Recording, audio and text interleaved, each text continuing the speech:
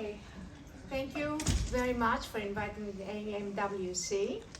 And we're going to be talking about exercise modalities that supply endogenous mesenchymal stem cells for the repair of the vital organs.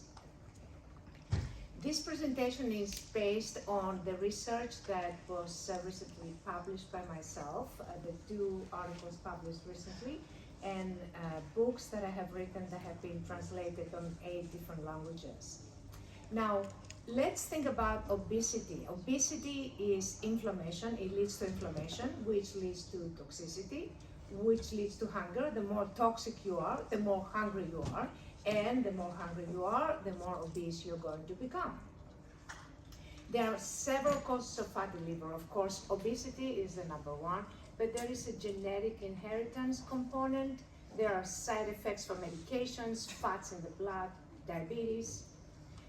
Fatty liver is associated with inflammation. Inflammation is aging. Inflammation is disease. And inflammation is associated with higher mortality rates. So liver disease is related to obesity, impaired glucose tolerance, insulin resistance versus exercise modalities that lead to a healthy and healthy living and longevity. Now, fatty liver has been repaired in the past with stem cell therapies. And mesenchymal stem cells are preferable to and more accessible to having a liver operation. However, these studies, the stem cell studies, include very small samples, and they often have opposite effects. So, for example, some of them show a decrease in albumin. Albumin is very important for the health of the liver.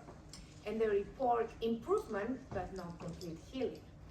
So mesenchymal, let's talk about what these cells are to understand that first. Mesenchymal stem cells are multipotent stem cells, and they are found in multitude in the adipose tissue. In 1 in 100 in adipose tissue are stem cells, whereas in 1 in 1,000 are in the bone marrow. So there's a lot more in the adipose tissue. They are immune regulators and they are pro-inflammatory inhibitors. So again, remember, inflammation is equal to disease and aging. Now, you can also get stem cells from burnt skin. However, there is a lower mesenchymal differentiation capacity, and there is a lot of undifferentiated cells. So as we age, we have more cells, we have greater proliferation, but less differentiation.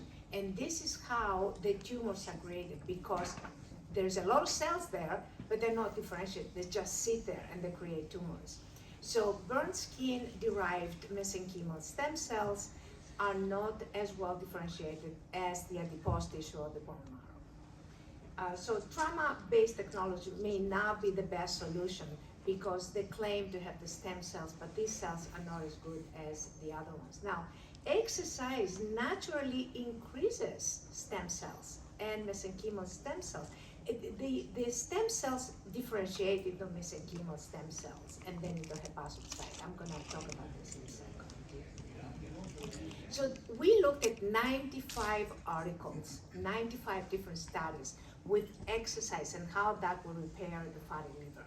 We looked at aerobic and resistance exercise, different protocols, and what we found is that in all of these studies, there was some liver repair, not 100%, but there was a significant liver repair. So what happens basically is during exercise, different modes of exercise, including effortless exercise that I'll talk about shortly, there is a natural release of the adipose tissue contents into the bloodstream. And as that is released into the bloodstream, because fat cells are really, adipocytes are basically storage units. They're like your closets that you put things in there. And you use them for it. It's stored energy. That's what fat is. So energy production depends on the contents of the adipocytes, and it also provides an array of cells that facilitate important reparative processes like repair the liver or other vital organs. Now, the contents of adipocytes naturally released in the bloodstream after exercise can provide not only mesodermal and mesenchymal stem cells, but endothelial cells, smooth muscle cells, and hepatocytes that are very crucial for the repair and the good function of the liver. Here you see a histology report, and you see the sham means that there's no treatment, and the last one you see with the treatment after the 14th day after the treatment. As we can see, there is liver repair on histological reports.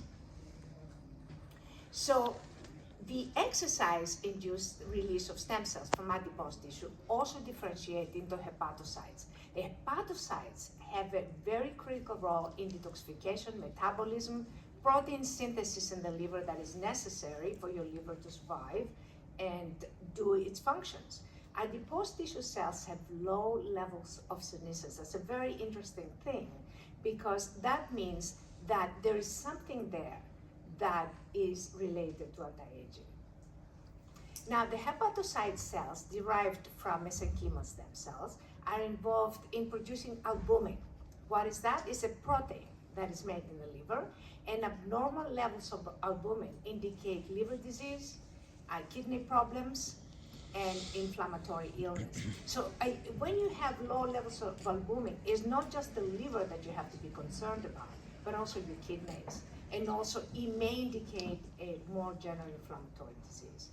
It also, the adipocytes also contain stromal cells that are like bindings, like collagen, but like in a different level.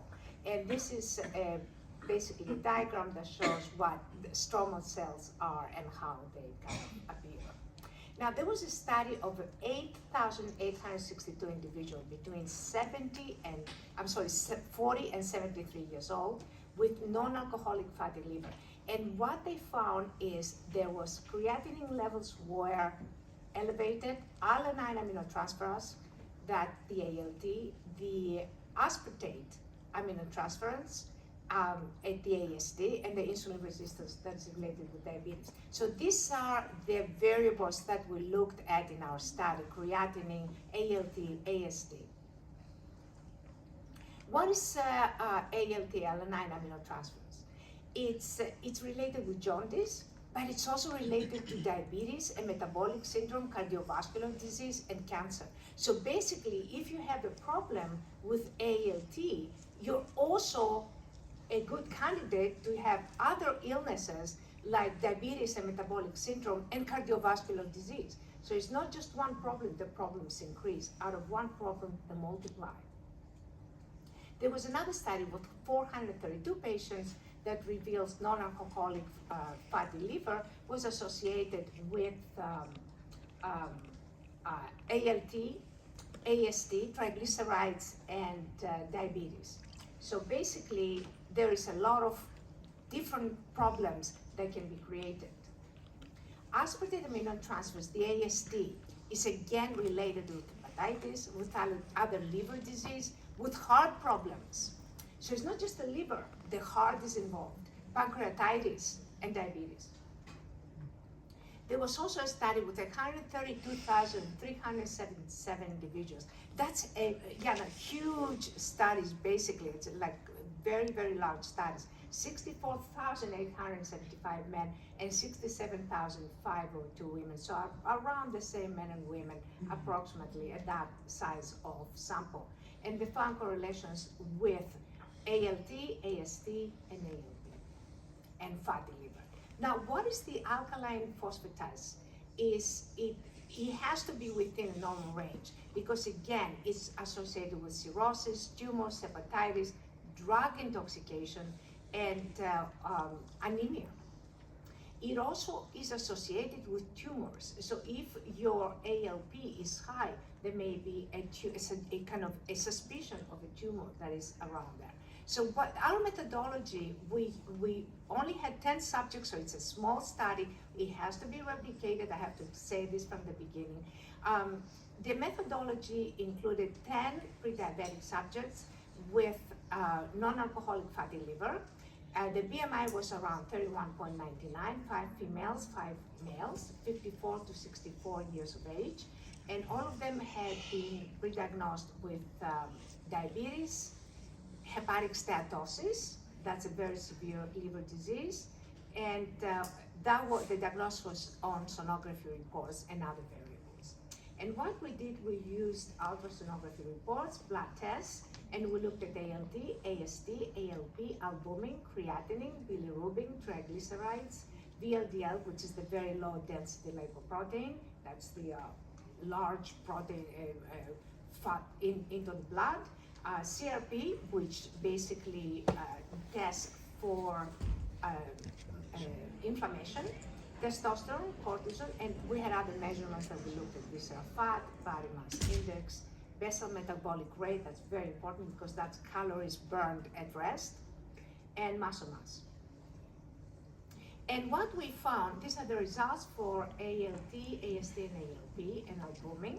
They were all very significantly they were almost in the normal range, and 24.83% decrease in ALT, 30.40% decrease in AST, ALP 14.52%, and there was an increase in albumin. Now, the important thing is that all subjects had these changes across the board, but different subjects had different levels of changes. Some of them were much better off, some of them were not as good.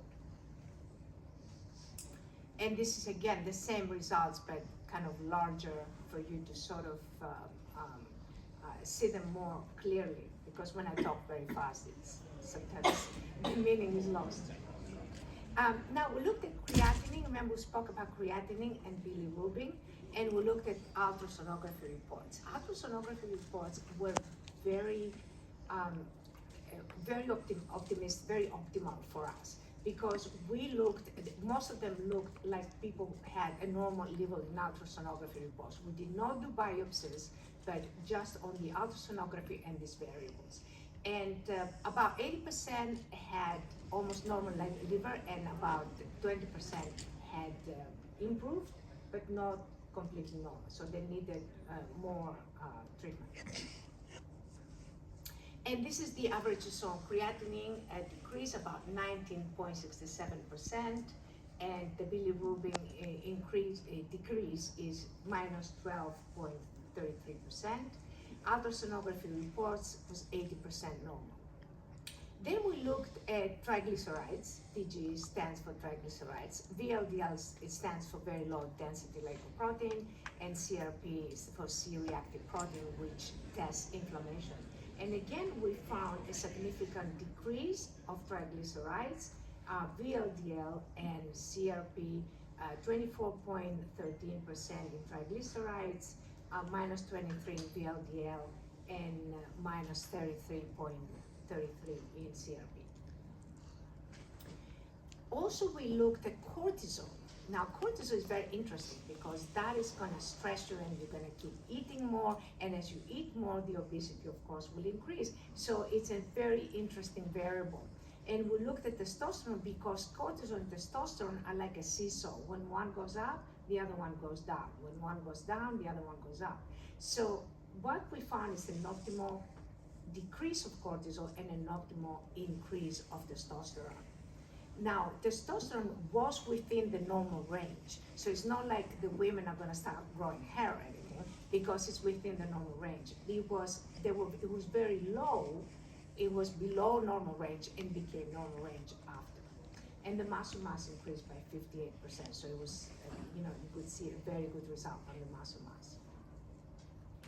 So again, this is the same results, only in larger, basically, slide. And BMI also decreased. BMR increased. We have seen BMR increases in other studies up to 91%, actually, but with normal subjects, not with a population that is not normal. That's pre-diabetic. This is pre-diabetics, so they're not as reactive. And this is all the results. All the results were significant. So basically, very important conclusion is that different forms of exercise, including the effortless exercise modality that we use, can release endogenous mesenchymal stem cells that can repair vital organs. Now, this research is very important because there is nothing else. I mean, the stem cells that you put from outside, there are different side effects. Of course, they work in many patients. However, in other patients, if the potassium channels are blocked, they can create tumors that is not gonna be an optimal condition for somebody's body. So this research is important, developing novel treatments and to understand the importance of a healthy lifestyle, especially after the pandemic, that has really geared us towards the health factor. No more beauty. Health comes first, and then beauty. And then beauty can come from the health from within. So, and you can use that without basically recommending to patients, but without having the adverse effects observed after stem cells that are some adverse effects or injections or invasive or trauma-based procedures. Now, this is some more research that I have been involved in. This is different articles that have been published. So there's several basically articles. You can find them on Google. Just type in my name, they're gonna come up. And you can contact me anytime at science@iellios.com if you need more information, if you have any questions that you thought about that you did not think just now, I'll be there to answer them for you. Thank you.